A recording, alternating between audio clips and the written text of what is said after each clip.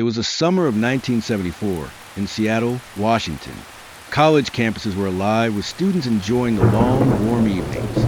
But beneath the laughter and music of dorm parties, something sinister was taking shape.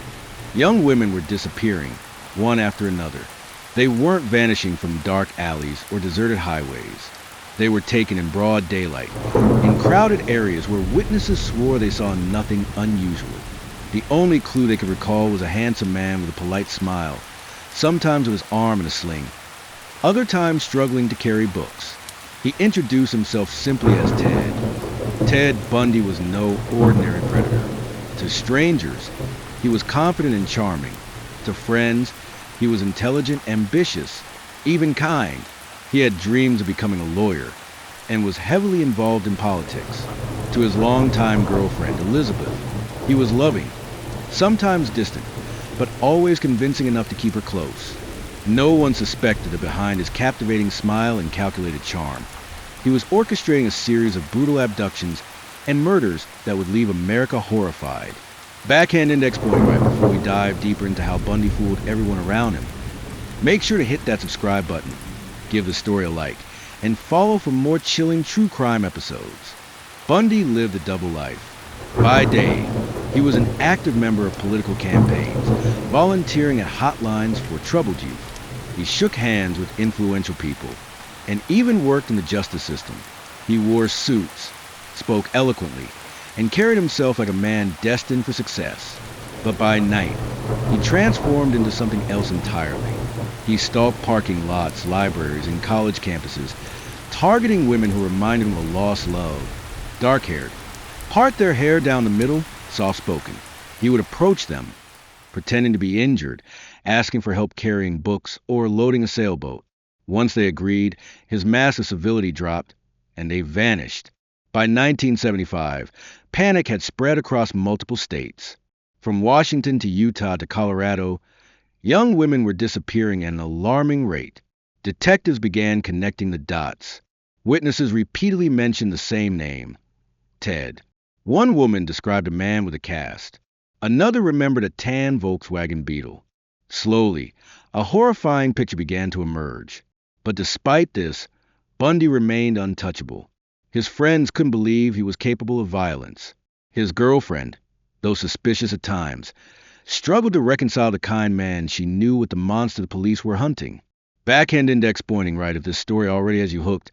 Don't forget to subscribe, like, and follow so you don't miss the shocking details still come. Even when Bundy was arrested for suspicion of kidnapping, his charm continued to protect him. He defended himself in court, manipulating the system and captivating the media. Journalists described him as intelligent, articulate, and polite. Women flooded the courtroom to catch a glimpse of him, some even sending him fan letters. Bundy thrived on this attention. It wasn't enough for him to kill. He wanted control, admiration, and power, even from behind bars. And when the law finally tightened its grip on him, Bundy slipped away. Twice. He leapt out a courthouse window during a pretrial hearing, and months later, he escaped again by crawling through a hole in the ceiling of his jail cell. For weeks, he was free, smiling, confident, blending into crowds once more. Each escape only fueled his legend. The world couldn't believe that a man so well-spoken and polite could be so ruthless, yet Bundy continued to prove just how far his charm could carry him. Backhand index pointing right if you're shocked by how easily Bundy manipulated everyone around him. Hit that like button, subscribe, and follow, because the darkest part of the story is still ahead. In January 1978, Bundy resurfaced in Florida. What followed was his most savage rampage yet. He broke into the Chi Omega sorority house at Florida State University and brutally attacked 4 women, killing 2. Just weeks later, he kidnapped and murdered a 12-year-old girl named Kimberly Leach. America's most charming fugitive had become its most wanted man. When he was finally captured, the mask of charm began to crumble. His trial was one of the first televised in American history, turning Bundy into a twisted celebrity. He smiled in front of cameras, joked with reporters, and even proposed marriage to a woman in the middle of his trial. But behind the theatrics, the evidence was undeniable. Bundy was found guilty and sentenced to death. On January 24, 1989, He was executed in the electric chair. Crowds gathered outside the prison, cheering as the news broke. The man who once fooled America with his charisma was gone, but the shadow of his crime still lingers. His story remains a chilling reminder that evil doesn't always appear as a monster in the dark. Sometimes it smiles, shakes your hand, and asks for your help. Backhand index pointing right if this story left you wanting more. Don't forget to subscribe, like, and follow for the next true crime episode. This was Ted Bundy, the charismatic killer who fooled America. Dark screen. The faint sound of a ticking clock. Then Bundy's real voice cuts in from an old interview. Bundy archival audio. We serial killers are your sons. We are your husbands. We are everywhere. And there will be more of your children dead tomorrow. Narrator, somber. In episode 1, we uncovered how Ted Bundy used charm, deception, and sheer boldness to fool America. But the deeper story is even more disturbing. Who was Ted Bundy, really? How did he manage to live a double life for years, while hiding one of the darkest killing sprees in American history?